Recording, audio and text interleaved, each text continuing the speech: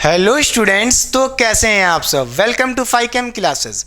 मैं सत्यम प्रशांत कौशल आ गया हूं क्लास 11 फिजिक्स का सर्कुलर मोशन का एक नया लेक्चर लेके, जिसमें मैं आपको पढ़ाऊंगा turning of a car on a circular motion और साथ ही साथ डेथ वेल वाले कुछ क्वेश्चन भी करवाए जाएंगे। ये लेक्चर इंपॉर्टेंट है जो बच्चे क्लास 11th में हैं या जेई और नीट जैसे एग्जाम्स की तैयारी कर रहे हैं। तो बिना टाइम वेस्ट किए चलिए स्टार्ट करते हैं बेटा आज का लेक्चर। सबसे पहले मैं क्या करूंगा, जो मैंने प्रीवियस लेक्चर में आपको centripetal force and centrifugal force पढ़ाया था उसको रिवाइज करा देता हूं 5 मिनट के अंदर, तब अपने मेन टॉपिक के ऊपर आएंगे बेटा, turning of a car on a curve बेटा। क्लियर, क्योंकि उसका हेल्प लगेगा सेंट्रीपिटल फोर्स और सेंट्रीफ्यूगल फोर्स। तो चलिए सबसे पहले रिवाइज करते हैं बेटा, हेडिंग लगा लीजिए। सबसे पहले सेंट्रीपिटल फोर्स बेटा,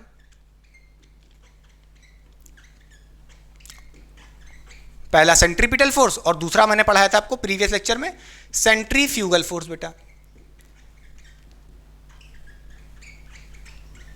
ठीक है। अच्छा, अगर मैं कहूं मेरे पास कोई एक बॉडी है और वो बॉडी सर्कुलर मोशन कर रही है बेटा, कुछ ऐसे देखिए।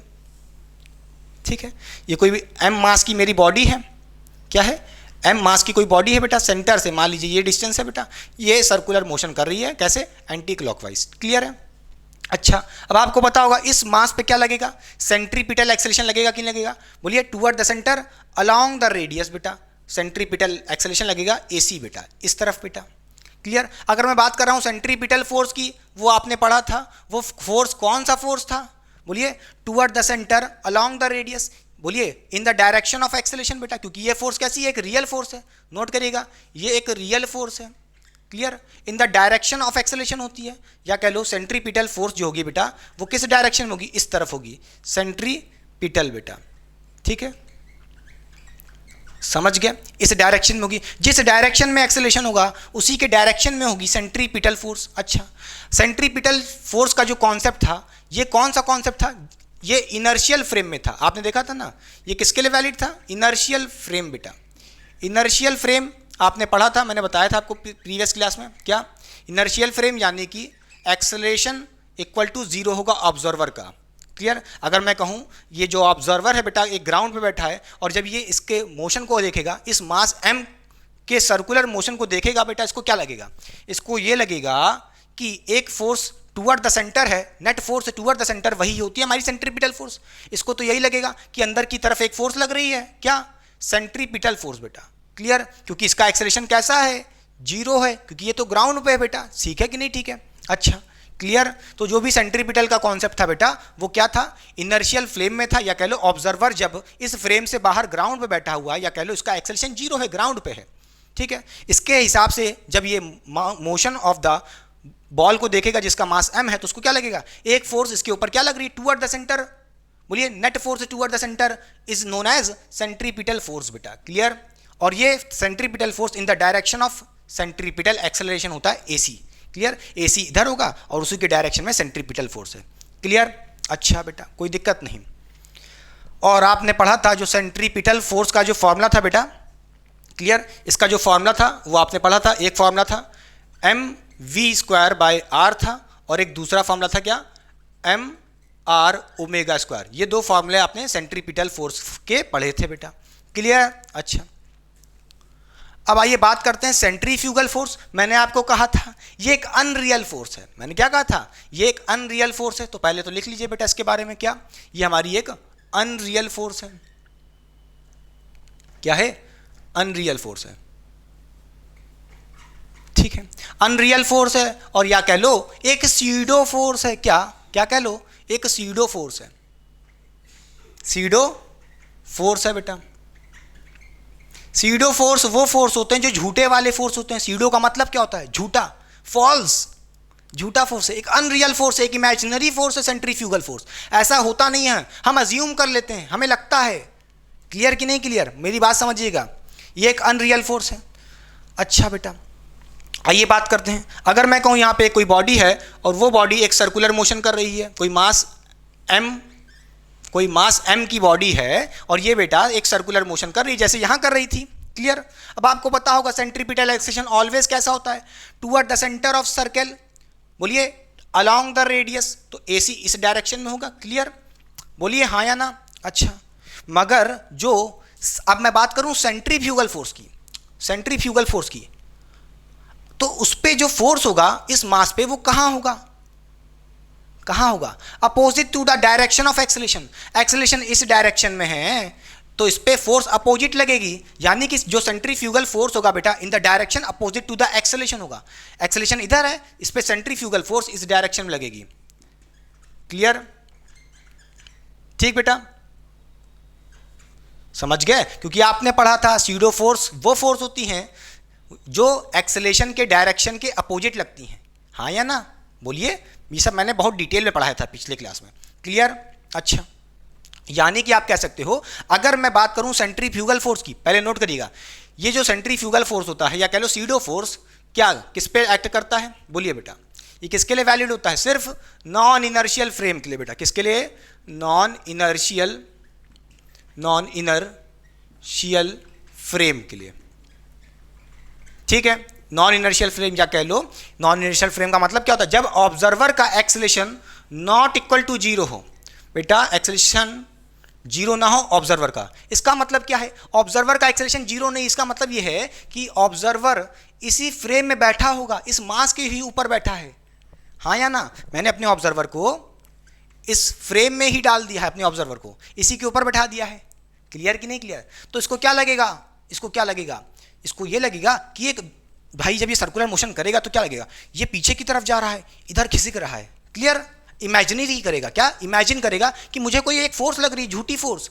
भाई ये सर्कुलर मोशन करता है कोई बॉडी, आपने देखा होगा जब आप कार को कर्व पे मोड़ते हो तो क्या होता है? कर्व पे जब मोड़ते हो तो क्या लगता है? आप पीछे खिसकते हो। क्लियर? जैसे आपकी ये कार है बेटा, आपने कार को ऐसे मोड़ा तो अब क्या होगा? आप ऐसे खिसकोगे नहीं, खिसकोगे इस तरफ। इसी तरह इस मास को सुर से इधर कोई खींचेगा और वो फोर्स एक अनरियल फोर्स होगी, सेंट्रीफ्यूगल फोर्स होगी। क्लियर? सेंट्रीफ्यूगल फोर्स कहाँ लगती है? किस तरफ लगती है बेटा? Opposite to the direction of acceleration, या कह लो away from the centre of the circle, away from the centre of the circle along the radius. Clear बेटा? उसके अवे लग रही है, और सेंट्रीपिटल टुवर्ड द सेंटर थी। क्लियर? अच्छा, जैसा कि आप देख पा रहे हो, सेंट्रीपिटल और सेंट्रीफ्यूगल का जो भी सेंट्रीपिटल और सेंट्रीफ्यूगल फोर्सेस एक दूसरे के अपोजिट डायरेक्शन में है। क्लियर? भले ही मैं कहूं सेंट्रीपिटल का जो मैग्नीट्यूड होगा वो यही होगा, क्या क्या बताया था? mv² बेटा, ठीक यही होगा, या कह लो mr⍵²। क्लियर बेटा? समझ गए? चाहे तो आप माइनस भी लगा सकते हो, लो लगा लो, कोई दिक्कत की बात नहीं है। ठीक, लगा लो भाई। ये इस डायरेक्शन में एक्सेलेरेशन के अपोजिट है, एक्सेलेरेशन इधर है, फोर्स अपोजिट डायरेक्शन में लग रही है तो साइन तो लगना है माइनस का बेटा। क्लियर? देखिए दोनों फोर्सेस सेम ही हैं, कोई अलग नहीं, बस ये टुवर्ड सेंटर है, ये अवे फ्रॉम द सेंटर है, सीधी सी बात ये है। क्लियर? अच्छा बेटा, पक्का समझ गए, कोई दिक्कत नहीं। बढ़ जाए आगे, पक्का? अब नोट करिएगा, हम अपने न्यूमेरिकल को सेंट्रीपिटल से भी सॉल्व कर सकते हैं, सेंट्रीफ्यूगल से भी कर सकते हैं, मगर आपने पढ़ा था, याद करिए, मैंने आपको बहुत पहले बताया था, सीडो फोर्स के हेल्प से जब भी आप नॉन इनर्शियल फ्रेम से सॉल्व करोगे क्वेश्चन को, नॉन इनर्शियल फ्रेम से सॉल्व करोगे क्वेश्चन को, यानी कि जब आप अपना ऑब्जर्वर इसी फ्रेम में बैठा दो, ग्राउंड पे नहीं फ्रेम में बैठा दिए हैं, तो कैलकुलेशन या कह लो न्यूमेरिकल ईजी हो जाते हैं।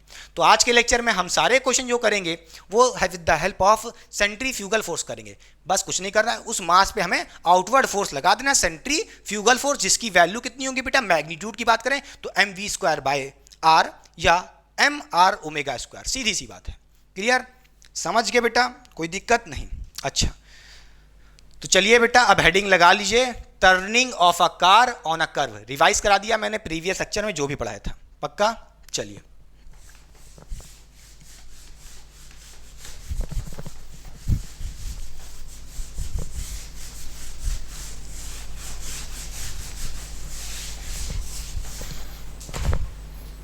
ठीक बेटा, अब आइए देखते हैं। मान लीजिए हमें क्या पढ़ना है? Turning of a car on a curve. बेटा जैसे आपने देखा होगा, जब आपके पापा कार को टर्न करते हैं किसी कर्व पे, भाई मोड़ते हैं जब कार को, तो क्या लगता है? ऐसे साए से पीछे खिसकते हो। क्लियर कि नहीं क्लियर? तो उसी के बारे में पढ़ना है। क्या पढ़ना है हमें? आइए बात करते हैं। जैसे मैं कहूँ ये हमारा कोई एक कर्व है बेटा, मान लीजिए ये हमारा कोई एक कर्व है, ठीक है, कोई कर्व रोड है, क्या है? कोई कर्व पाथ है या कह लो कर्व सर्कुलर ट्रैक है बेटा। क्लियर? और उसके ऊपर एक कार चल रही है, ठीक है, बोलिए, ये डिग्गी चल रही है आपकी एम्बेसडर के एम मास की, क्या है? इसका मास m है बेटा। ठीक, मान लेते हैं इसके सेंटर से जो इसका सर्कुलर पाथ होगा बेटा वो डिस्टेंस कितना है, या कह लो रेडियस कैपिटल आर है बेटा, कोई दिक्कत इसमें नहीं। अच्छा, अब आपको पता होगा जब आपके पापा कार ऐसे मोड़ते हैं तो क्या होता है, जुर्र से ऐसे मोड़ते हैं तो क्या होता है, कार को जुर्र से ऐसे खींचते हैं तो क्या करते हो, जिस तरफ मोड़ते हैं बेटा, देखिए ऐसे मोड़ दिए तो आप पे फोर्स लगता नहीं, आप इधर खिसक रहे हो, बोलिए हाँ या ना। अरे खुद देखोगे ना कि जब आप कार ऐसे मोड़ते हो बेटा तो क्या होगा, आप ऐसे खिसक जाते हो पीछे की तरफ, आपके तरफ आपके अपोजिट डायरेक्शन में कोई एक फोर्स लगता है। क्लियर कि नहीं क्लियर, बोलिए अवे फ्रॉम द सेंटर क्या लगेगा, वही तो मैंने कहा था सेंट्रीफ्यूगल फोर्स। क्लियर कि नहीं क्लियर, क्या लगेगा, सेंट्रीफ्यूगल फोर्स लगेगा।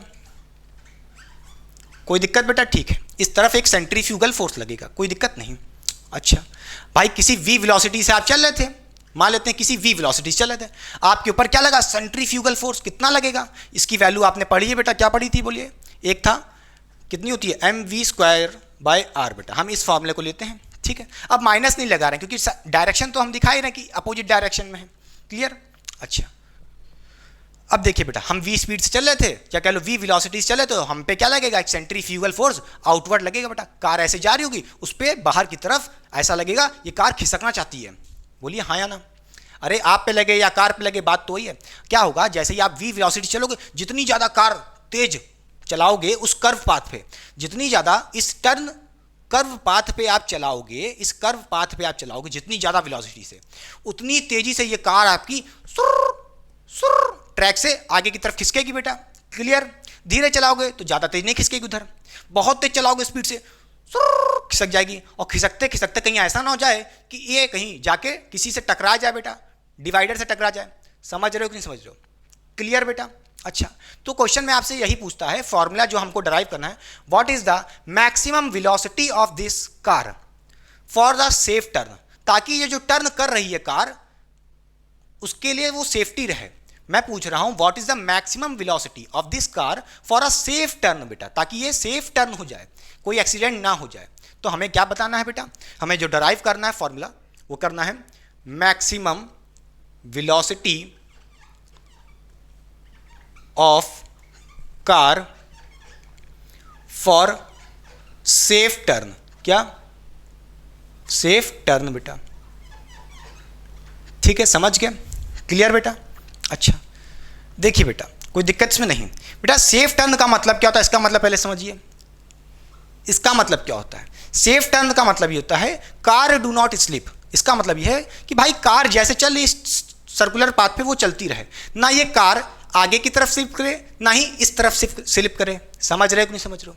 क्लियर। ये कार इस तरफ ना स्लिप करे। क्लियर। तो इसका मतलब क्या है, सेफ टर्न का मतलब क्या है, कार डू नॉट स्लिप। समझ गए, कार की स्लिपिंग नहीं होनी चाहिए। अच्छा, स्लिपिंग को रोकेगा कौन, भाई खुद सोचो, अगर ये कार आपने स्पीड से चलाया, v स्पीड से, इस पे क्या लगेगा, एक सेंट्रीफ्यूगल फोर्स इस तरफ लगेगा बेटा। इस सेंट्रीफ्यूगल फोर्स को मैनेज कौन करेगा, फ्रिक्शनल फोर्स। भाई ये रोड का सरफेस इस कार पे एक फ्रिक्शनल फोर्स लगाएगा। भाई इस पे फोर्स इस तरफ लग रही है तो इस कार पे एक सेंट्रीफ्यूगल फोर्स के अपोजिट में एक फोर्स लगेगा, फ्रिक्शनल फोर्स। बोलिए हाँ या ना। खुद सोचो भाई, जो रोड का सरफेस होगा वो इस कार को इस तरफ खींचना चाहेगा, क्योंकि भाई सेंट्रीफ्यूगल फोर्स उधर लग रहा है, तो कार कहीं ऐसा ना हो कि स्लिप हो जाए, कहीं ऐसा ना हो कि स्लिप हो जाए, उसके लिए ये रोड का सरफेस इस कार के ऊपर क्या लगाएगा, एक फ्रिक्शनल फोर्स अपोजिट डायरेक्शन में लगाएगा कि नहीं लगाएगा। बोलिए हाँ या ना। क्लियर बेटा।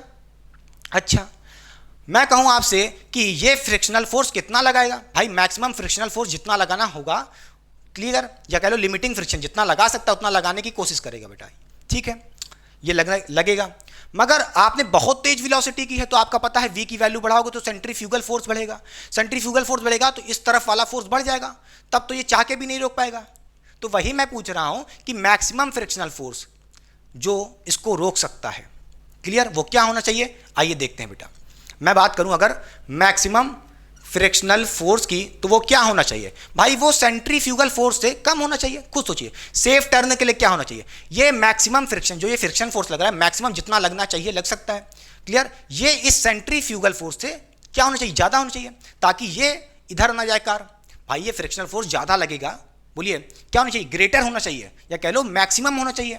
As compare to this centrifugal force. इसकी वैल्यू एफ की वैल्यू ज़्यादा होनी चाहिए फ्रिक्शनल फोर्स की, ताकि ये कार इधर की तरफ स्लिप ना कर जाए। क्लियर बेटा, समझ गए, ताकि सेफली टर्न हो जाए। भाई ये कार इधर स्लिप कर जाएगी तो सेफ टर्न कहाँ रहेगा? क्लियर, सेफ टर्न तो तब होगा जब ये फ्रिक्शनल फोर्स इस कार को स्लिप ना होने दो इस डायरेक्शन में। तो वही मैं पूछूं मैक्सिमम फ्रिक्शनल फोर्स क्या होना चाहिए? इस सेंट्रीफ्यूगल फोर्स से ग्रेटर होना चाहिए। क्लियर, फ्रिक्शनल फोर्स की वैल्यू ग्रेटर होनी चाहिए इस सेंट्रीफ्यूगल फोर्स से। क्लियर, तो यहां से हम कह सकते हैं मैक्सिमम फ्रिक्शनल फोर्स ग्रेटर होना चाहिए किससे? बोलिए, सेंट्रीफ्यूगल फोर्स जिसकी वैल्यू थी mv²/r बेटा। या तो मैक्सिमम फोर्स इससे बड़ा होना चाहिए सेंट्रीफ्यूगल फोर्स, या इक्वल टू होना चाहिए, ये भी कह सकते हैं, कोई दिक्कत बेटा? ठीक है। अच्छा, अब हमें पता है मैक्सिमम फ्रिक्शनल फोर्स का फॉर्मूला क्या था? अपने प्रीवियस लेक्चर में बेटा बहुत पहले पढ़ाया था मैंने। क्या? मैक्सिमम फ्रिक्शनल फोर्स कह लो या एफ लिमिटिंग कह लो, लिमिटिंग फ्रिक्शन। क्या होता था? ये होता था म्यू इंटू एन। म्यू होता था कोफिशिएंट ऑफ फ्रिक्शन बेटा, और याद करिए एन क्या होता था? mg के बराबर होता था। देखिए, अगर मैं इस कार को कैसे देखूं? हॉरिजेंटली देखूं बेटा। क्लियर, ऐसे, या कह लो वर्टिकली देखें, ऐसे, हाँ सॉरी, क्लियर, ऐसे देखें तो ये हमारी कार है बेटा। ठीक, मान लेते इसका मास कुछ m था। अब आपको पता होगा इस पे ग्रेविटेशनल फोर्स एक mg नीचे की तरफ लग रहा होगा, और इस मास पे या कह लो कार के मास पे क्या लगा रहा होगा? एक नॉर्मल रिएक्शन फोर्स कौन लगा रहा होगा? ये रोड का सरफेस ऊपर की तरफ इस मास कार पे लगा रहा होगा बेटा। यानी कि n के बराबर mg कर देंगे बड़े आराम से, तो क्या कह सकते हैं हम लोग? म्यू n की जगह mg रख देंगे, खत्म बात। क्लियर, तो मैक्सिमम फ्रिक्शनल फोर्स कितना लग सकता है? Mu mg। क्लियर, तो मैक्सिमम फ्रिक्शनल फोर्स की वैल्यू रख दीजिए म्यू mg बेटा। Clear, greater than equal to sign लगा दिया, फिर mv²/r बेटा। यहाँ से mm मर जाएगा बड़े आराम से, यहाँ से आप v की वैल्यू निकाल सकते हो बेटा। क्या हो जाएगी? देखिए v² इक्वल्स टू, नहीं क्या लगा? साइन लगा ना, क्या होना चाहिए? ये साइन लगा दिया। ठीक, कैसे हो जाएगा? इस r को ऊपर भेज दो मल्टीप्लाई में, तो कहोगे म्यू gr बेटा। यहाँ पे v² लगा है, ये स्क्वायर हटा करके इस पे अंडर रूट लगा दीजिए। क्लियर, नोट करिए, समझ गए बेटा? ये हमारा वेलोसिटी का फॉर्मूला है बेटा। क्लियर, यानी कि जो वेलोसिटी आपकी सेफ टर्न के लिए होनी चाहिए वो क्या होनी चाहिए?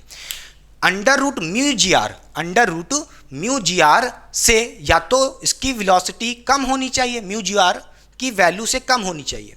क्लियर, अच्छा, या इसके इक्वल होनी चाहिए। समझ गए? मैं पूछूं ये कौन सी वेलोसिटी? मैं पूछ रहा हूं इस कार की वेलोसिटी क्या होनी चाहिए फॉर सेफ टर्न? क्या होनी चाहिए? लेस देन होनी चाहिए म्यू जी आर से, या इक्वल टू होनी चाहिए किससे? म्यू जी आर से। क्लियर, अच्छा, ये फॉर्मूला रटना नहीं है बेटा, ये तरीके को सीखिए, बहुत फील करा के समझाया अच्छे से बेटा। क्लियर, अच्छा, अगर मैं पूछूं यहां से आपसे मैक्सिमम वेलोसिटी क्या हो सकती है? मैक्सिमम वेलोसिटी भैया इसके इक्वल टू के बराबर हो सकती है, बस इससे ज़्यादा थोड़ी ना होगी।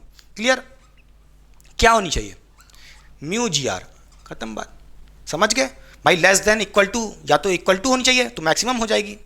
क्लियर, समझ गए? तो मैक्सिमम वेलोसिटी क्या होनी चाहिए? Under root mu g r. Clear बेटा, इतनी मैक्सिमम वेलोसिटी से आप अगर चल रहे हो तो क्या होगा? सेफ टर्न हो जाएगा, कोई एक्सीडेंट इस कार का नहीं होगा, या कह लो ये कार इधर स्लिप नहीं करेगी। क्लियर बेटा, इससे ज़्यादा ले लिए, अगर मैक्सिमम वेलोसिटी इसकी वैल्यू से ज़्यादा आ गई तो ये सेफ टर्न नहीं होगा और ये कार इधर खिसक के एक्सीडेंट हो सकता है। समझ गए बेटा? क्लियर, अच्छा, मैक्स टू मैक्स आपकी वेलोसिटी इतनी होनी चाहिए। क्लियर, या इससे कम भी होगी तब भी सेफ टर्न होगा, कहा ना मैंने, इससे लेस देन भी होगी तब भी सेफ टर्न होगा। सीधी सी बात ये है, मिटा दें पक्का। चलिए, कॉपी हो गया पक्का बेटा। अब आइए पढ़ते हैं turning of a cyclist on a curve बेटा। ठीक, मिटा दें।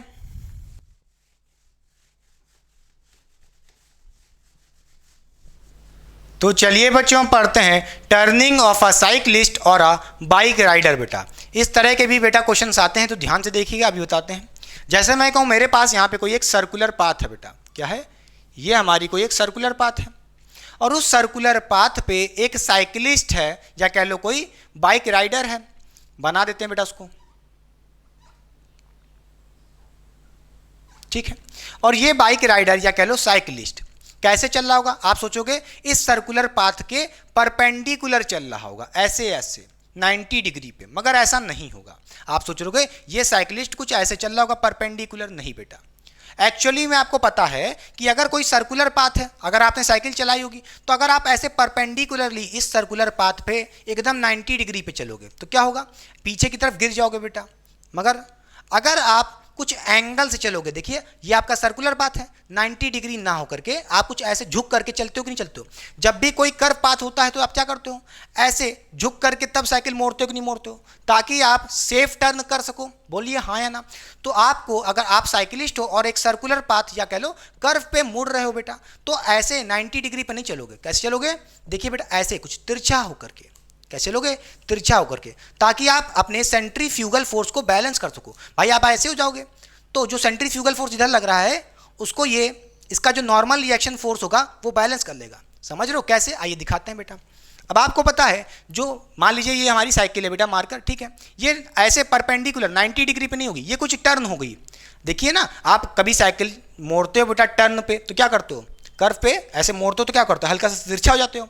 तो ये जो साइकिल होगी बेटा ऐसे नहीं होगी, कुछ ऐसे होगी, इस डायरेक्शन में होगी बेटा। बोलिए, कुछ एंगल बना लेगी। अगर मैं कहूँ ये हमारा एक वर्टिकल एक्सिस है बेटा, तो जो आप अपने साइकिल को हल्का सा कुछ टेढ़ा कर लोगे तो उस पर जो नॉर्मल रिएक्शन फोर्स लगेगी कुछ तिरछी लगेगी बेटा किसी एंगल से।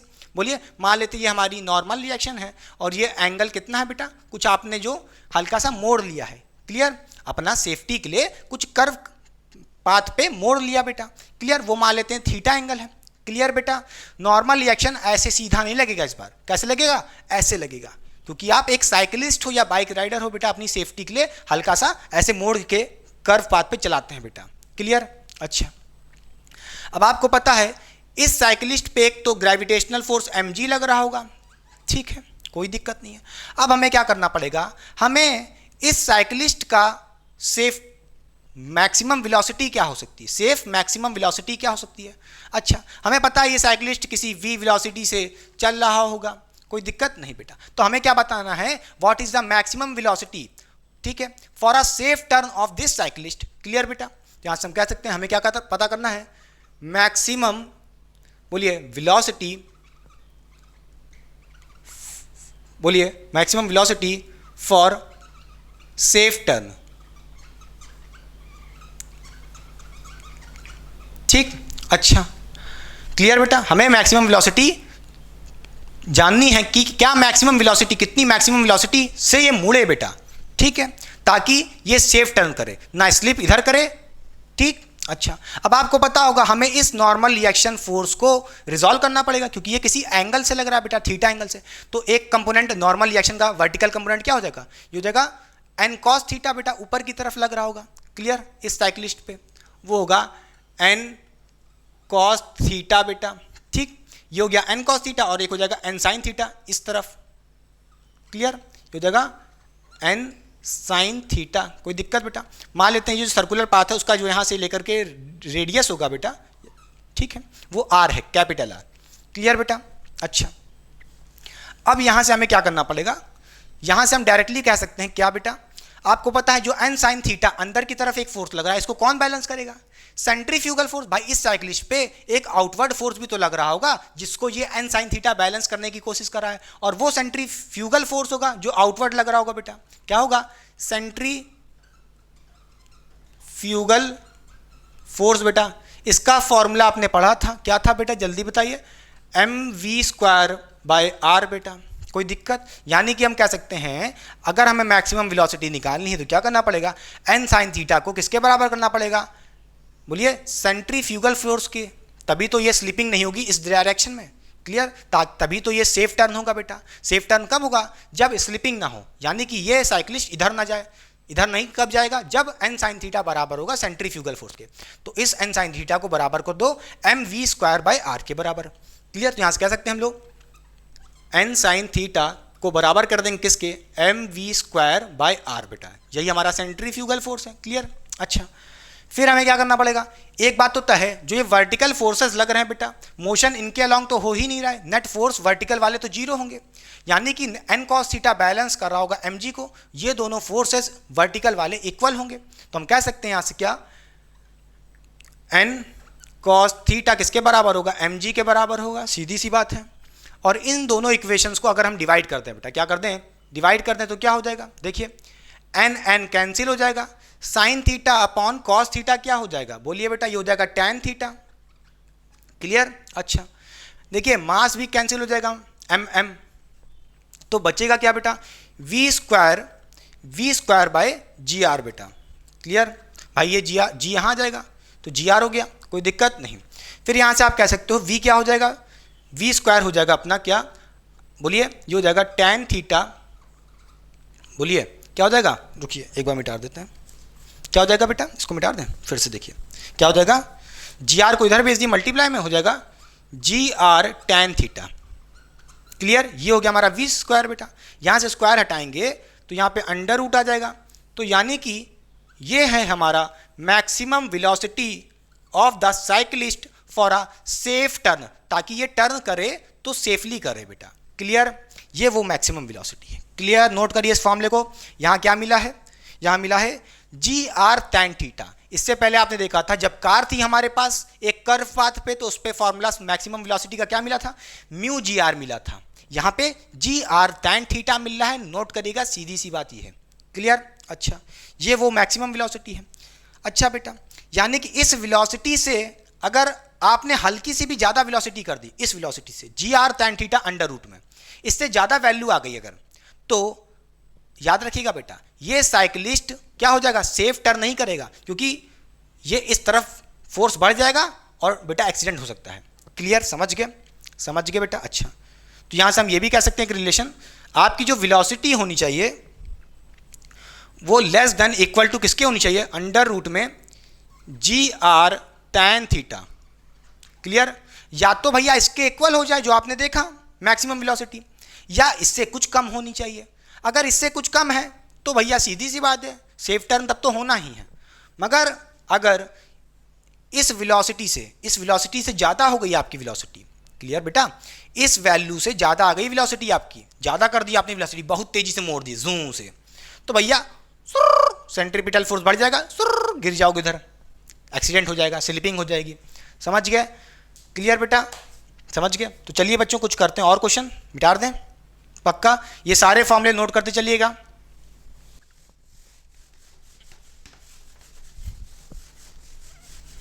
तो चलिए बच्चों सॉल्व करते हैं क्वेश्चन नंबर 1 बेटा। इस लेक्चर का बहुत ही शानदार क्वेश्चन है, और इस टाइप के क्वेश्चन बेटा कभी कदार जेईई और नीट जैसे एग्जाम्स में पूछे जा सकते हैं। तो ध्यान से देखिए क्वेश्चन में हमसे क्या कह रहा है। क्वेश्चन में बेसिकली हमसे कह रहा है, a cyclist try to maintain angle of 45 degree from the vertical axis on the circular road of radius 0.4 meter, which of the following velocity is not safe for turning of cyclist। बेटा हमें इस question में कुछ option दिए हैं velocities के, इसमें से कौन सी वेलोसिटी वाला ऑप्शन नहीं करेक्ट होगा, या कह लो which is not safe for turning of this cyclist. बेटा क्वेश्चन में भी ये पूछ रहा है। हमने जो एक फॉर्मूला डराइव किया था साइक्लिस्ट वाला for turning of the cyclist safe velocity के लिए, हमने बताया था एक formula v less than equal to क्या होना चाहिए, under root g r tan theta. Clear, हमारी जो वेलोसिटी होनी चाहिए g r tan theta under root में, इससे या तो लेस हो जाए या तो इसके इक्वल हो जाए, तभी सेफ टर्निंग होगी। क्लियर, तो सबसे पहले हमें क्या करना पड़ेगा, सेफ वेलोसिटी क्या हो सकती है, तभी तो आप निकाल सकते हैं कि कौन सी सेफ वेलोसिटी नहीं होगी। क्लियर बेटा। अच्छा, तो यहाँ पे हमें बेटा थीटा की वैल्यू गिवन है 45 डिग्री फ्रॉम द वर्टिकल बेटा एक्सिस, कितना गिवन है 45 डिग्री, ठीक है कोई दिक्कत नहीं है। आर की वैल्यू गिवन है 0.4, जी की वैल्यू आप 10 ले लेना, सारी वैल्यू रख के सॉल्व करिए। यहाँ से कहोगे v less than equal to क्या होना चाहिए, जी की वैल्यू 10 रख दीजिए, रेडियस हमको गिवन है बेटा 0.4 मीटर गिवन है, 0.4 इंटू टैन थीटा, थीटा कितना गिवन है बेटा 45 डिग्री गिवन है क्वेश्चन में, रख दीजिए, बस बड़े आराम से सॉल्व कर सकते हैं। यहाँ से पॉइंट हटाएंगे, जीरो चला जाएगा, तो आप बड़े आराम से कहेंगे क्या, अंडर रूट में आ जाएगा, बोलिए 4 इंटू टैन 45 की वैल्यू बेटा 1 होती है, रख दीजिए यहाँ पे, कोई दिक्कत नहीं है। क्लियर, अपॉन देखिए नहीं less than equal to v बेटा। क्लियर, तो यहाँ से कह दोगे जो हमारी वेलोसिटी होनी चाहिए वो क्या होनी चाहिए, less than equal to 2 metre per second होनी चाहिए, सबसे पहली बात ये है। अरे भाई यहाँ पे 4 हो जाएगा, 4 √4 है बेटा, 2 आ जाएगा। क्लियर? अच्छा देखिए क्वेश्चन में हमसे पूछ रहा है which of the velocity is not safe for the cyclist. अच्छा मैं आपसे पूछूं कौन सी वेलोसिटी सेफ है। अच्छा अगर velocity equal to 2 metre per second, अगर साइक्लिस्ट 2 मीटर पर सेकंड की वेलोसिटी से चल रहा है, यानी कि ये जो मैक्सिमम वेलोसिटी होगी क्या होगी, 2 मीटर पर सेकंड की वेलोसिटी से चल रहा है, तब भी सेफ है बेटा। क्लियर? यानी कि जो 2 मीटर पर सेकंड है ये तो सेफ वेलोसिटी है। क्लियर? अच्छा और जो 1 मीटर पर सेकंड है बेटा ये भी सेफ है, क्योंकि देखिए सेफ वेलोसिटी क्या हो सकती है, less than equal to 2 metre per second. तो भाई या तो 2 मीटर पर सेकंड से चले तब भी सेफ है, और लेस देन 2 से चलेगा यानी कि 1 मीटर पर सेकंड चलेगा तब भी तो ये वेलोसिटी सेफ होगी। 1 मीटर पर सेकंड वाला भी ऑप्शन 1 और सेकंड बेटा, 1 मीटर पर सेकंड और 2 मीटर पर सेकंड, ये सेफ वेलोसिटी वाले ऑप्शन है। मगर क्वेश्चन में ये नहीं पूछा है which of the following is not safe for turning of cyclist. Clear बेटा? कौन सी वेलोसिटी सेफ नहीं होगी, कौन सी वेलोसिटी सेफ नहीं होगी, जब आपकी velocity of cyclist more than क्या होनी चाहिए, 2 मीटर पर सेकंड होनी चाहिए। तो कौन सा ऑप्शन होगा, एक 3 मीटर पर सेकंड वाला और एक 4 मीटर पर सेकंड वाला। क्लियर? कौन सी वेलोसिटीज 2 मीटर पर सेकंड से ज्यादा है बेटा, एक 3 और एक 4 मीटर पर सेकंड। तो आपका ऑप्शन कौन कौन सा सही हो सकता है, एक 3 भी सही होगा और एक 4 भी सही होगा। Clear? What is the correct option for this question, 3, 3rd and 4th option बेटा। क्लियर? समझ गए? चलिए नेक्स्ट क्वेश्चन करते हैं, मिटा दें।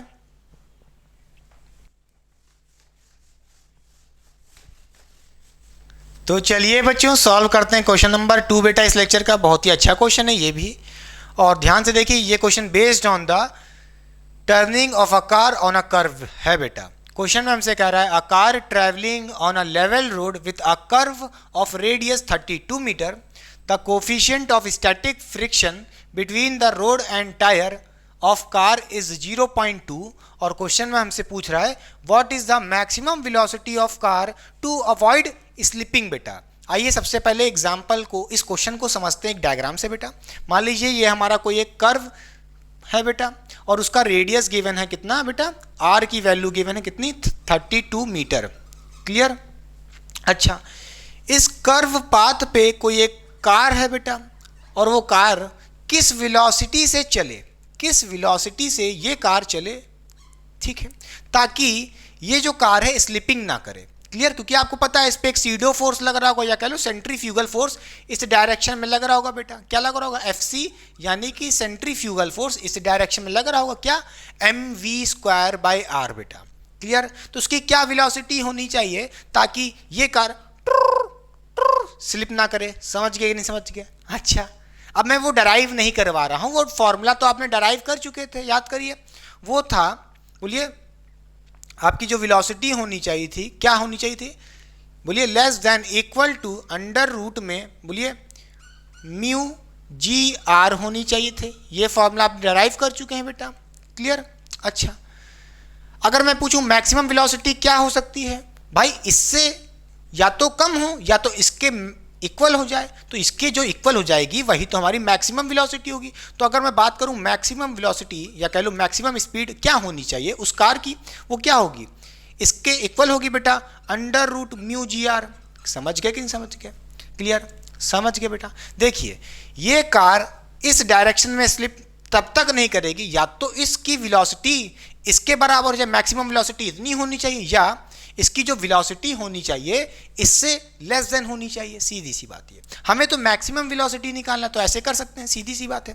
तो यहां से हम कह सकते हैं म्यू की वैल्यू गिवन है बेटा क्वेश्चन में कितनी बेटा, बोलिए बेटा। यहां पे क्वेश्चन में कहा क्या है, देखिए, the coefficient of static friction between the road and the tyres of car is 0.2, यानी कि हमको ये म्यू गिवन है, बोलिए, कोफिशिएंट ऑफ फ्रिक्शन 0.2 गिवन है, और रेडियस r भी गिवन है। मैं यहाँ पे वैल्यू रख दीजिए, अपना काम हो जाएगा। म्यू की वैल्यू 0.2 रखिए इंटू जी कितना होता है बेटा, 10 होता है। R radius of this curve 32 given है। यहाँ से आप सॉल्व कर सकते हैं बेटा, ये यहाँ से पॉइंट हटेगा, 10 कट जाएगा, बोलिए 2 इंटू 32 कितना हो जाएगा, अंडर रूट में 64 आ जाएगा। क्लियर? ये आपकी मैक्सिमम वेलोसिटी होगी, या कह लो इसको सॉल्व करोगे तो मैक्सिमम वेलोसिटी आपकी कितनी आ जाएगी बेटा, बोलिए अंडर रूट 64 की वैल्यू कितनी होगी, बोलिए 8 मीटर पर सेकंड आ जाएगा। यानी कि आपकी मैक्सिमम वेलोसिटी क्या होनी चाहिए, 8 मीटर पर सेकंड। इतनी मैक्सिमम वेलोसिटी से चलोगे तो ये स्लिप नहीं करेगी। मगर याद रखिएगा बेटा, अगर आपने अपनी वेलोसिटी इससे बढ़ा दी 8 मीटर पर सेकंड से हल्की सी भी बढ़ा दी, 0.1 मीटर पर सेकंड भी बढ़ा दी, बोलिए 8.1 मीटर पर सेकंड भी कर दी, इससे बढ़ गई अगर आपकी 8 मीटर पर सेकंड से वेलोसिटी बढ़ गई तो ये कार स्लिप कर जाएगी या एक्सीडेंट होने के चांसेस हैं बेटा। क्लियर? अच्छा समझ गए? हाँ, 8 मीटर पर सेकंड से कम है तब तो स्लिप तब भी नहीं करेगी, भले ही आपकी वेलोसिटी कितनी होनी चाहिए, 6 हो, 7 हो, 5 हो, 2 हो, 8 से कम होएगी तब भी स्लिप नहीं करेगी, मगर 8 से बढ़ गई तो भैया स्लिप कर जाएगी। क्लियर? तो वो मैक्सिमम वेलोसिटी क्या है? 8 मीटर पर सेकंड। क्या कोई ऐसा ऑप्शन दिख रहा है? बोलिए बेटा, नहीं दिख रहा क्या? हाँ दिख तो रहा है, फर्स्ट ऑप्शन। क्लियर? तो फर्स्ट ऑप्शन हो जाएगा। क्लियर? समझ गए? अच्छा मिटा दे बेटा, पक्का? चलिए अब पढ़ते हैं डेथ वेल वाले कुछ टॉपिक बेटा, मिटा दें।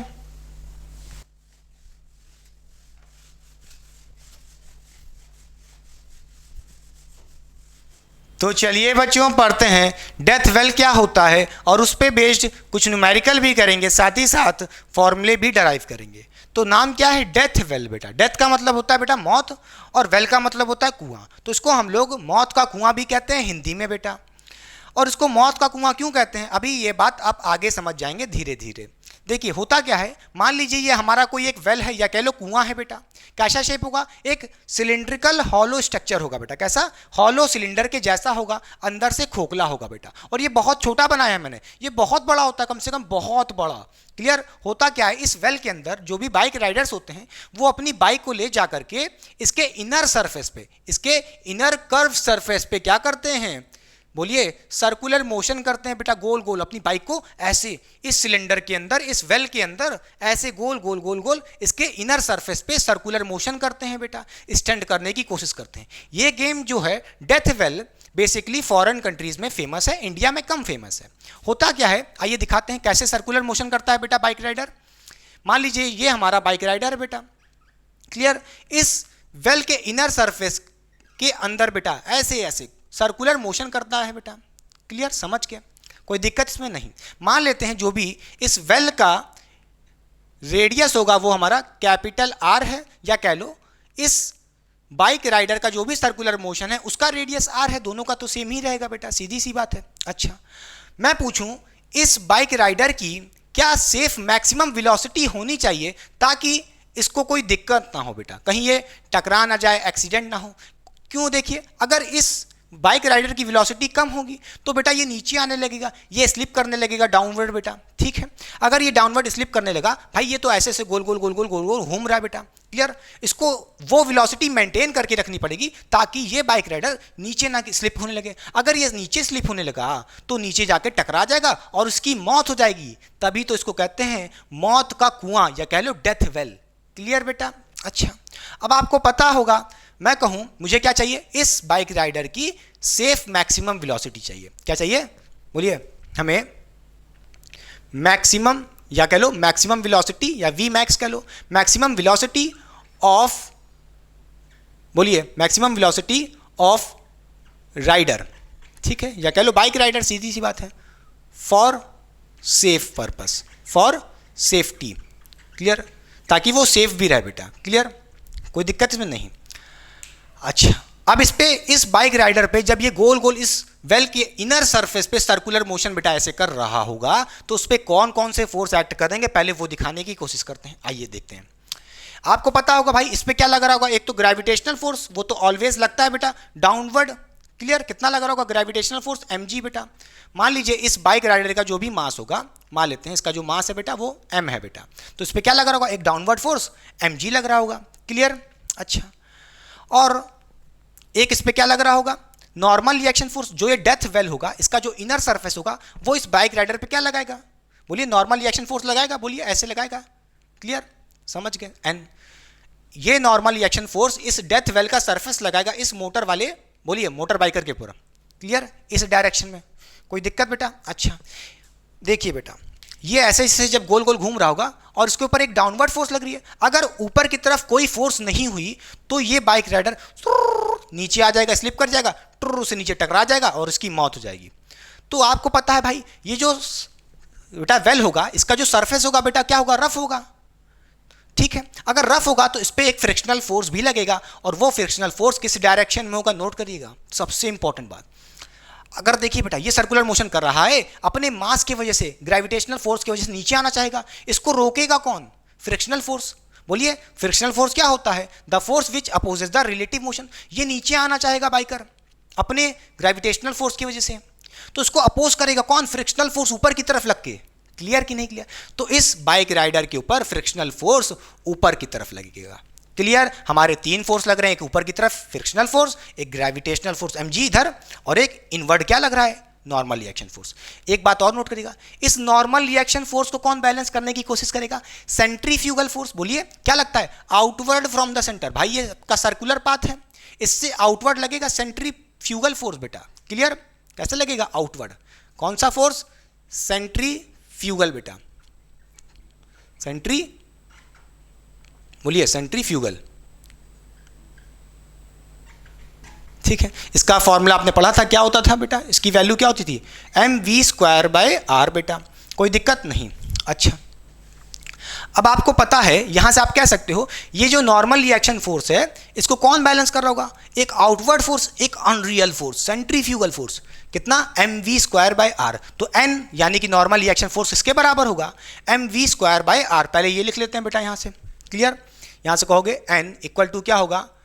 mv²/r बेटा। क्लियर? इसमें कोई दिक्कत नहीं।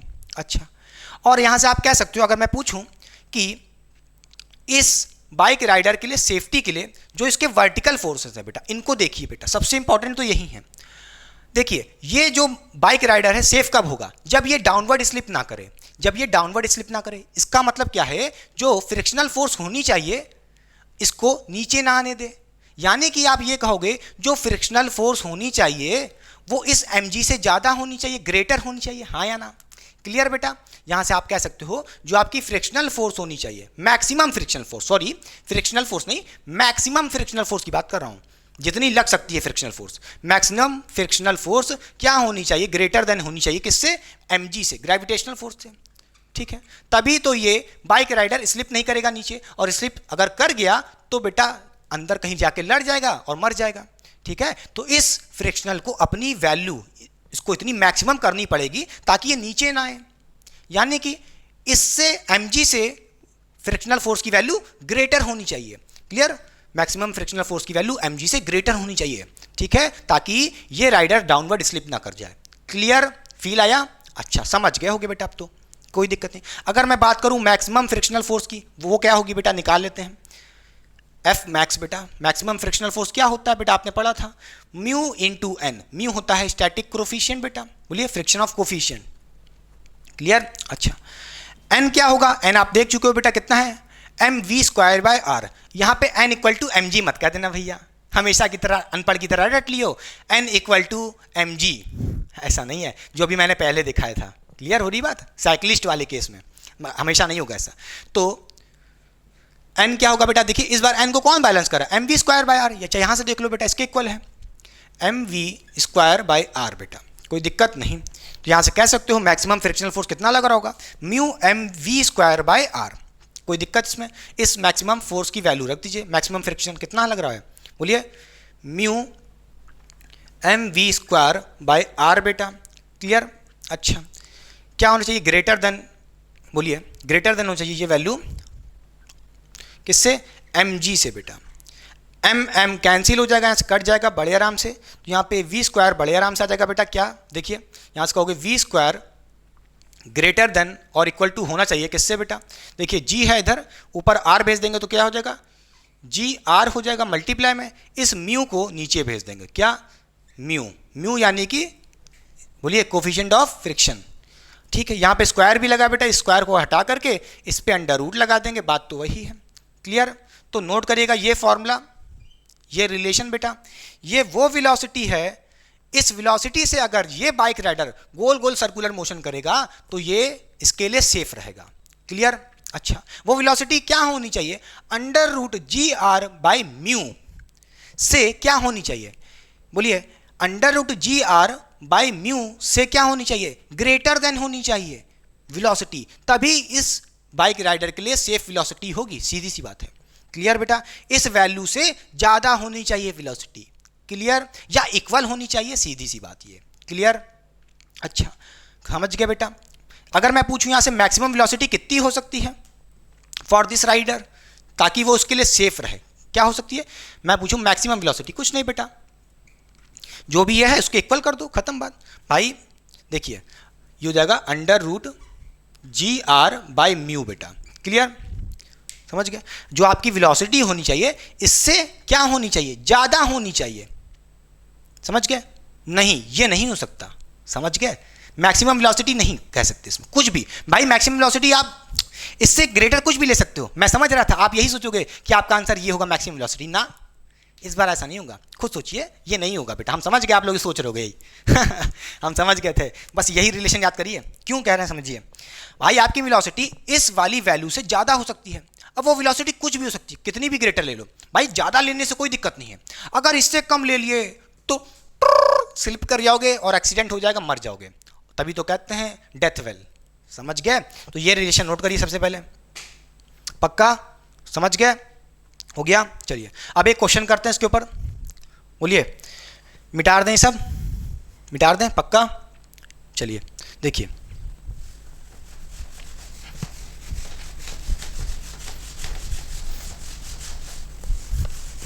इस फॉर्मूले को लिखे रहने दीजिए बेटा, ठीक है। मान लीजिए यहाँ पे हमारा एक डेथ वेल है बेटा, ठीक है, और उसके अंदर एक बाइक राइडर, ठीक है, ऐसे सर्कुलर मोशन कर रहा है, क्या कर रहा है, सर्कुलर मोशन इसके अंदर इनर सरफेस पे कर रहा है बेटा, क्लियर। और इस सर्कुलर मोशन का रेडियस क्या लो गिवन है, या इस डेथ वेल का रेडियस गिवन है बेटा कितना, इसकी आर की वैल्यू गिवन है कितनी, लिख लीजिए कितनी गिवन है, मान लीजिए इसकी वैल्यू कुछ भी ले लीजिए, कितनी 45 मीटर, कितनी, मान लीजिए आर की वैल्यू गिवन है 45 मीटर बेटा, क्लियर, कोई दूसरा पेन नहीं है, देखिए बेटा, मान लीजिए इसकी रेडियस हमको गिवन है 45 मीटर, इसकी रेडियस बेटा, क्लियर। अच्छा, और जो इसका सरफेस होगा, जो ये डेथ वेल है बेटा, इसका जो भी इनर सरफेस होगा उसकी म्यू की वैल्यू गिवन है कितनी, मान लीजिए इसकी वैल्यू, बोलिए 0.5, मान लीजिए कितनी, 0.5 मान लीजिए, क्लियर। और आपसे कोई पूछे इस बाइक राइडर की सेफ वेलोसिटी क्या हो सकती है, आपसे कोई पूछे तो क्या कैसे करोगे, देखिए इसको करने का तरीका क्या है, फॉर्मूला बेटा यही है, जो आपकी वेलोसिटी होनी चाहिए क्या होनी चाहिए, बोलिए फिर से लिख लेता हूँ ये formula, greater than equal to होनी चाहिए किससे, √GR/μ, क्लियर। ये मिटा देते हैं अब, देखिए ये मिटा देते हैं, देखिए यहाँ पे वैल्यूज रख दीजिए, v निकालना है बेटा, क्या हो जाएगा, √GR, g यानी कि ग्रेविटी की वैल्यू आप 10 ले लीजिए बेटा, इंटू r, r रेडियस दिया हमको कितना 45 मीटर, कोई दिक्कत नहीं बेटा, r की वैल्यू दीजिए 45/μ, म्यू की वैल्यू कितनी है बेटा 0.5 गिवन है, इस सरफेस की बोलिए कोफिशिएंट ऑफ फ्रिक्शन दिया है म्यू, कोई दिक्कत, अच्छा कितना दिया 0.5 दिया है, पॉइंट हटाएंगे यहाँ से 10 आ जाएगा ऊपर मल्टीप्लाई में, ठीक।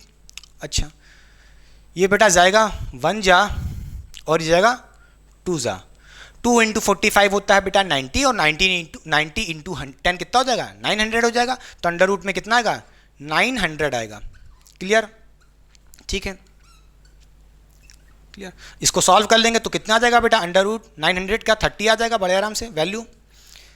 तो अब नोट करिएगा, जो आपकी मैक्सिमम वेलोसिटी, ना मैक्सिमम वेलोसिटी की बात नहीं कर रहा, सुनिए, जो आपकी सेफ वेलोसिटी हो सकती है वो क्या हो सकती है, 30 मीटर पर सेकेंड से जो भी लेस देन ना से बड़ी होनी चाहिए, जो आपकी वेलोसिटी होनी चाहिए इस राइडर की, वो इससे 30 मीटर पर सेकेंड से ज़्यादा होनी चाहिए, भले ही 31 क्यों ना हो, 30.5 क्यों ना हो, 30 भी चलेगी, 30 मीटर पर सेकेंड है तब भी ये सेफ है, नोट करिएगा 30 मीटर पर सेकेंड है तब भी ये वेलोसिटी सेफ है बेटा, क्योंकि यहाँ लिखा नहीं है, बोलिए ग्रेटर देन इक्वल टू, या तो 30 मीटर पर सेकेंड हो या से बड़ी हो, क्लियर। मगर 29 हुई, 29.5 हुई तो ये राइडर सुर से गिर जाएगा और वो उसके लिए सेफ नहीं होगा, क्लियर बेटा। तो आपकी जो वेलोसिटी होनी चाहिए या तो 30 मीटर पर सेकेंड होनी चाहिए तब भी सेफ रहेगा, या 30 मीटर पर सेकेंड से ज़्यादा होनी चाहिए, भले ही 31 क्यों ना हो, 35 क्यों ना हो, 100 क्यों ना, बहुत तेज चल रहा है तब भी कोई दिक्कत नहीं, सेफ है, मगर 30 से कम नहीं होनी चाहिए, सीधी सी बात नोट करने वाली है। अगर यहाँ पे कोई पूछे मैक्सिमम वेलोसिटी तो नहीं बता सकते कितनी होनी चाहिए, समझ रहे हो, क्योंकि भाई इससे बड़ी होनी चाहिए, वो कुछ भी हो सकती है 30 मीटर पर सेकेंड से 100 हो जाए, 200 हो जाए तब भी सेफ है, कोई दिक्कत की बात नहीं है, मगर 30 से कम नहीं होनी चाहिए, नोट करने वाली बात ये है, खत्म बात। क्लियर, मिटा दें बेटा, चलिए क्लियर, इस क्वेश्चन को मिटा दें पक्का। तो चलिए बच्चों सॉल्व करते हैं क्वेश्चन नंबर 4 बेटा इस लेक्चर का। बहुत ही शानदार क्वेश्चन है और एक ताबड़तोड़ क्वेश्चन है। इस टाइप के भी क्वेश्चन कई बार जेईई और नीट जैसे एग्जाम्स के लिए इंपॉर्टेंट हो जाते हैं। तो ध्यान से देखिए क्वेश्चन में क्या कह रहा है हमसे। क्वेश्चन में बेटा हमसे कह रहा है a bead perform horizontal circular motion of radius small r on inner smooth surface of an inverted cone as shown. ठीक है, क्वेश्चन में हमसे पूछ रहा है the speed of bead should be. जैसा कि आपको दिख रहा होगा ये हमारे पास एक इन्वर्टेड कोन है बेटा, और उसका जो इनर सरफेस है वो बेटा स्मूथ है, यानी कि फ्रिक्शन नहीं होगा। क्लियर, अच्छा, और उस कोन के अंदर h हाइट पे एक बीड रखा है। बेटा बीड का मतलब होता है मोती का दाना कह लो, या एक कंचा कहते हैं नहीं, एकदम गोल स्फेरिकल एक बॉल है छोटी सी। क्लियर, जो भी समझना हो समझ लो, या कह लो कोई एक पार्टिकल है, इसके अंदर ऐसे इनर सरफेस पे सर्कुलर मोशन कर रहा है, ऐसे ऐसे। क्लियर, कितनी हाइट पे, h हाइट पे बेटा, फ्रॉम द ऐसे। क्लियर, अच्छा, और उस कोन का जो हमको यहाँ पे गिवन है कोन, उसकी कैपिटल R रेडियस गिवन है। अच्छा, और क्वेश्चन में हमसे कह रहा है कि जो ये बीड है ये सर्कुलर मोशन कर रहा है। ये क्या कर रहा है, सर्कुलर मोशन कर रहा है, और उसके सर्कुलर मोशन का जो भी रेडियस है वो बेटा हमको स्मॉल r बोला है। क्या बोला है, स्मॉल r। क्या बोला, स्मॉल r। क्लियर बेटा, ये हमारा सर्कुलर मोशन है इस बीड का बेटा। क्लियर, और ये बीड ऐसे ऐसे सर्कुलर मोशन कर रही है इनर सरफेस पे बेटा। और नोट करिएगा जो ये कोन का इनर सरफेस है स्मूथ है, जिसके वजह से इस बॉल पे फ्रिक्शन फोर्स नहीं एक्ट करेगा यहाँ पे इस केस में बेटा। क्लियर, अच्छा, समझ गए बेटा। अब आपको पता है इस बॉल पे जो भी फोर्सेस लग रहे हैं उसको सबसे पहले हमें रिप्रेजेंट करना पड़ेगा। आपको पता होगा इसका जो ये स्लैंट वाला एक कुछ तिरछा वाला इनर सरफेस है बेटा, इस पे क्या लगाएगा, परपेंडिकुलर नॉर्मल रिएक्शन फोर्स लगाएगा बेटा। क्लियर, ऐसे लगाएगा नॉर्मल रिएक्शन फोर्स N, और उस बॉल पे एक डाउनवर्ड ग्रेविटेशनल फोर्स लग रहा होगा mg बेटा। क्या लग रहा होगा, एक mg लग रहा होगा फोर्स। अच्छा, यानी कि इस बॉल पे दो फोर्स लग रहे हैं, एक नॉर्मल रिएक्शन फोर्स ऐसे परपेंडिकुलर टू द सरफेस, और एक downward gravitational force mg। Clear, अच्छा बेटा, हमको क्वेश्चन में ये जो कोन का एंगल गिवन है from the vertical axis, clear बेटा, थीटा गिवन है, दिक्कत कोई नहीं। अगर ये एंगल थीटा है तो नोट करिएगा बेटा ये एंगल भी थीटा होगा, ये एंगल भी थीटा होगा। क्लियर, ये हम आपको बहुत पहले भी बता चुके हैं, वेज और पुली वाले डायग्राम्स जैसे क्वेश्चन थे बेटा। क्लियर, अच्छा, आइए इस बीड को बाहर बनाते हैं और उस पर सारे फोर्सेस एक्ट जो लग रहे हैं दिखाते हैं फिर से। मान लीजिए ये हमारी एक इनर सरफेस था बेटा कोन का, उस पर एक बीड रखा है, इस बीड पे एक नॉर्मल रिएक्शन फोर्स ऐसे लग रहा है परपेंडिकुलर अपवर्ड बेटा N। क्लियर, और उस पर एक डाउनवर्ड फोर्स भी लग रहा है क्या, mg। क्लियर, अच्छा, और हमको ये एंगल गिवन है कितना बेटा, थीटा। क्लियर, अब हमें क्या करना पड़ेगा, इस नॉर्मल रिएक्शन फोर्स को रिजॉल्व करना पड़ेगा। एक वर्टिकल एक्सिस इस तरफ n को बोलिए n साइन थीटा हो जाएगा, और एक इस तरफ n कॉस थीटा हो जाएगा। तो इसको हम लोग क्या कर सकते हैं, रिजॉल्व कर लेंगे। एक हो जाएगा n कॉस थीटा हॉरिजॉन्टल वाला फोर्स, बोलिए हाँ या ना। एक इस डायरेक्शन में फोर्स लगेगा n कॉस थीटा बेटा, ठीक, ऐसे रिजॉल्व कर लिए। और एक वर्टिकल कंपोनेंट इसका होगा ऊपर की तरफ, वो होगा n साइन थीटा। क्या होगा, n साइन थीटा होगा। कोई दिक्कत इसमें नहीं बेटा, पक्का, ठीक है। अच्छा, अब आपको पता होगा ये एक सेंटर की तरफ लगने वाला फोर्स क्या है, n cos थीटा, और यही सर्कुलर मोशन करा रहा होगा बेटा अंदर की तरफ, ऐसे ऐसे सर्कुलर मोशन के लिए रिस्पॉन्सिबल है। अच्छा, इस बीड पे अंदर की तरफ एक फोर्स लग रहा है क्या, n cos थीटा। एक आउटवर्ड फोर्स भी तो लगेगा, मैंने कहा था सीडो फोर्स, सेंट्रीफ्यूगल फोर्स, याद है कि नहीं याद है। सेंट्रीफ्यूगल फोर्स इस तरफ लगेगा क्या, बोलिए mv स्क्वायर बाय r। क्या लगेगा, mv स्क्वायर बाय r, या कह लो सेंट्रीफ्यूगल फोर्स बेटा। और ये r कैपिटल मत लिख देना, मैंने गलती से लिख दिया है, आप भी मत लिखना। क्यों, क्योंकि भाई r क्या होगा, स्मॉल r होगा भाई, mv स्क्वायर बाय r। यहाँ पे जो r होता है वो रेडियस किसका होता है, ये सर्कुलर पाथ का रेडियस, उसका r तो स्मॉल है। क्लियर, क्योंकि क्वेश्चन में ही तो बोला है हॉरिजॉन्टल सर्कुलर मोशन कर रहा है और रेडियस स्मॉल r। क्लियर, तो स्मॉल r रखिएगा बेटा यहाँ पे। क्लियर, अच्छा, अब देखिए हमें यहाँ पे फोर्सेस को बैलेंस करना होगा। बोलिए एन साइन थीटा किसके बराबर होगा, mg के बराबर। बोलिए वर्टिकल मोशन तो ऊपर नीचे होगा नहीं बेटा, क्लियर। तो इसको पहले लिख लेते हैं, क्या है, एन साइन थीटा किसके बराबर होगा, mg के बराबर होगा, ग्रेविटेशनल फोर्स के बराबर, ठीक। और उसी तरह एन कॉस थीटा किसके बराबर होगा, mv स्क्वायर के बराबर। क्या होगा, mv स्क्वायर, या कह लो सेंट्रीपिटल फोर्स के बराबर, नहीं सेंट्रीफ्यूगल फोर्स के बराबर। क्या, सेंट्रीफ्यूगल फोर्स के बराबर। यहां से कहोगे एन कॉस थीटा किसके बराबर होगा, mv square by small r के बेटा, क्लियर। अच्छा, आपसे पूछ रहा है क्वेश्चन में इस बॉल की क्या वेलोसिटी होनी चाहिए ताकि जब ये सर्कुलर मोशन करे तो एक ही पॉइंट पे सर्कुलर मोशन करे, ना ये ऊपर जाए सर्कुलर मोशन करते करते, ना ही ये नीचे आए। समझ रहे हो कि नहीं समझ रहे हो। मिनिमम वेलोसिटी या कह लो क्या वेलोसिटी या स्पीड होनी चाहिए इस बॉल की ताकि ये सर्कुलर मोशन करते रहे इसी पॉइंट पे बेटा, क्लियर। इसके लिए क्या होना चाहिए आपको पता है, हमें निकालना पड़ेगा v, यानी कि स्पीड ऑफ दिस बॉल निकालनी पड़ेगी। इसके लिए क्या करना पड़ेगा, ये दोनों इक्वेशन, इसको मान लो इक्वेशन 1 है बेटा, ये हमारी इक्वेशन 2 है, क्लियर। दोनों इक्वेशन को डिवाइड कर दो बड़े आराम से, आंसर हो जाएगा अपना।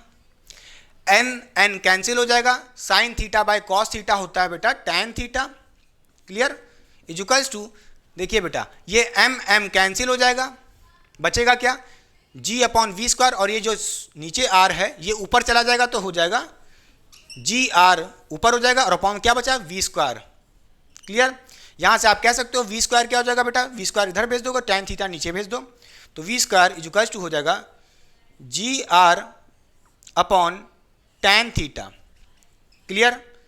बोलिए, और यहाँ पे से स्क्वायर हटा लोगे तो इस पर अंडर रूट आ जाएगा बेटा, क्लियर।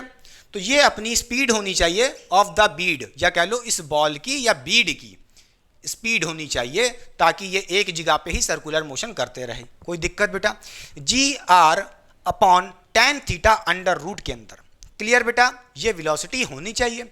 अच्छा, क्या पता आपको जब जेई और नीट जैसे एग्जाम्स दे रहे हो वहाँ पे ये आंसर किसी दूसरे फॉर्म में दिया हो, और वो इसके फॉर्म क्या क्या हो सकते हैं। आइए इसमें थोड़ा हेर फेर करते हैं। देखिए बेटा, आप चाहे तो इसको ऐसे भी लिख सकते हो, क्या, ऐसे भी लिख सकते हो, कैसे, देखिए बेटा, v equals to under root में क्या हो जाएगा, जी आर कॉट थीटा। क्या मैंने कुछ गलत लिख दिया, नहीं गलत नहीं लिखा भैया मैंने। भाई देखिए, अगर यहाँ पे 1 बाय ऐसे 1 बाय बोलिए 1 इंटू कर दें तो क्या हो जाएगा 1 बाय टैन थीटा। अरे भाई 1 बाय टैन थीटा ही तो कॉट थीटा होता है, क्लियर कि नहीं क्लियर। खुद सोचो, यहाँ पे क्या है 1 बाय टैन थीटा होगा, उसकी जगह हमने कॉट थीटा लिख दिया, सीधी सी बात है, क्लियर। क्योंकि कॉट थीटा क्या होता है, कॉट थीटा क्या होता है 1 बाय टैन थीटा, तो 1 बाय टैन थीटा की जगह कॉट थीटा लिख दिया, खत्म बात। तो क्या पता क्वेश्चन में एग्जाम्स में इस फॉर्म में भी आंसर दिख जाए, तो रोइएगा मत कि रोने लगे, क्या पता एक और फॉर्म में आंसर दिख जाए। देखिएगा, चाहे तो आप यहाँ पे टैन थीटा की वैल्यू भी रख सकते हो। देखिए बेटा, टैन थीटा की वैल्यू निकाल सकते हो कैसे, आइए बात करते हैं उसकी। देखिए, इसको मिटा देते हैं बेटा। जो आपको एक ट्रायंगल दिख रहा है कि नहीं दिख रहा है, एक ये ट्रायंगल, क्लियर, ये ट्रायंगल दिख रहा है। आइए इसके बारे में बात करते हैं, ठीक है। ये आपकी बॉल है बेटा, इसी में सर्कुलर मोशन हो रहा है। ये ट्रायंगल देखिए, ये जो हाइट अगर h है तो ये हाइट भी h होगी बेटा, क्लियर। तो हम ये कह सकते हैं ये हमारी हाइट कितनी है, h है, और ये r है बेटा रेडियस, क्लियर। तो हम इसको r लिख लेते हैं, कोई दिक्कत नहीं बेटा। और ये हमको थीटा गिवन है, ये एंगल कितना गिवन है, थीटा गिवन है, कोई दिक्कत नहीं बेटा। यहाँ से हमें क्या करना है, इस टैन थीटा की वैल्यू रखनी है, रख सकते हैं, कोई दिक्कत नहीं। देखिए टैन थीटा क्या होता है बेटा, बोलिए परपेंडिकुलर अपॉन बेस बेटा। ये थीटा इस वाली लाइन पे गिर रहा है तो बेस ये होगा, परपेंडिकुलर ये होगा, तो क्या हो जाएगा tan theta perpendicular upon base, यानी कि r बाय एच हो जाएगा। क्या हो जाएगा, r बाय एच हो जाएगा, क्लियर बेटा। आप इस टैन थीटा की वैल्यू r बाय एच इसमें रख दीजिए, बड़े आराम से हो जाएगा अपना answer. v equals to under root में g r upon tan theta की जगह r बाय एच रख दीजिए। क्या रख दीजिए, r बाय एच रख दीजिए, कोई दिक्कत नहीं बेटा। ये r कैंसिल हो जाएगा बड़े आराम से। अपना जो फाइनल आंसर आएगा वो आएगा बेटा v equals to under root में, बोलिए ये h ऊपर चला जाएगा तो ऊपर बचेगा जी एच बेटा, नीचे तो कुछ बचा ही नहीं है, तो क्या हो गया अंडर रूट में जी एच, क्लियर। तो हमारा वेलोसिटी या कह लो स्पीड का इस फॉर्म में भी आंसर हो सकता है। और इसी को याद कर लो बेटा, क्या याद कर लो, ट्रिक याद कर लो। अगर आपसे पूछे कोन वाला क्वेश्चन, उसके अंदर एक कंचा डाल दे ऐसे कि उसकी क्या वेलोसिटी होनी चाहिए ताकि वो एक ही जगह पे सर्कुलर मोशन करता रहे, तो उसके लिए क्या वेलोसिटी होनी चाहिए, √GH। कोई दिक्कत नहीं, पक्का समझ गए। अच्छा, तो क्या ये फॉर्मूला और ये फॉर्मूला और ये फॉर्मूला याद नहीं करना? नहीं बेटा, याद नहीं करना है, मगर बेसिकली एक मन में जरूर रखना है, क्या पता बाई चांस आपको ऑप्शन ये भी दे दे और ये भी दे दे, तो कंफ्यूज मत हो जाना। ये दोनों एक ही फॉर्मूले हैं, ये तीनों एक ही फॉर्मूले हैं, समझ गए? क्लियर? न्यूमेरिकल सॉल्व करना हो तो भैया इससे कर देना, या मैं तो कहूँगा चाहे ये याद कर लो, एक याद कर लो, उससे ये बन जाएगा। tan थीटा की वैल्यू निकाल सकते हो R/H, ये याद कर लो चाहे तो, जिससे मन करे आप कर लो, कोई दिक्कत। इस पर कुछ क्वेश्चन कराने की जरूरत नहीं, बड़े आराम से G और × H कर देना भैया, सॉल्व कर लोगे वैल्यू रख करके, हाइट गिवन होगी। बोलिए इसमें क्या क्वेश्चन कराएंगे, बड़े आराम से, सिंपल फॉर्मूला है, समझ गए? तो साइड हो रहा हूँ, पहले कॉपी करिए, ठीक? कॉपी हो गया, रब हो जाने जा रहा है बेटा। तो चलिए बच्चों, खत्म करते हैं इस लेक्चर को। आई होप आपने बहुत ही इंजॉय किया था, जितने क्वेश्चन बन सकते थे ऑल टाइप ऑफ क्वेश्चन बनाने की मैंने कोशिश की है। कॉन्सेप्ट को रटिएगा मत, जो भी मैं ये फॉर्मूले बता रहा हूँ इसको रटना नहीं है, इसको अप्लाई करना है विथ डेरिवेशन। हमेशा क्वेश्चन को सॉल्व करने के लिए आप डराइव करिए फॉर्मूला तुरंत, और तुरंत ही सॉल्व करके क्वेश्चन को लगाइए बेटा, आपकी प्रैक्टिस भी अच्छी होगी और कॉन्सेप्ट भी क्लियर होंगे। तो चलिए बच्चों, ख़त्म करते हैं इस लेक्चर को एक शायरी से, ध्यान से सुनिएगा। कागज की कश्ती थी, पानी का किनारा था, दिल ये हमारा आवारा था, कहाँ आ गए समझदारी के दलदल में, वो बचपन भी कितना प्यारा था। तो चलिए ख़त्म करते हैं इस लेक्चर को। आई होप आपने बहुत इंजॉय किया, पढ़ाई करते रहें। All the very best.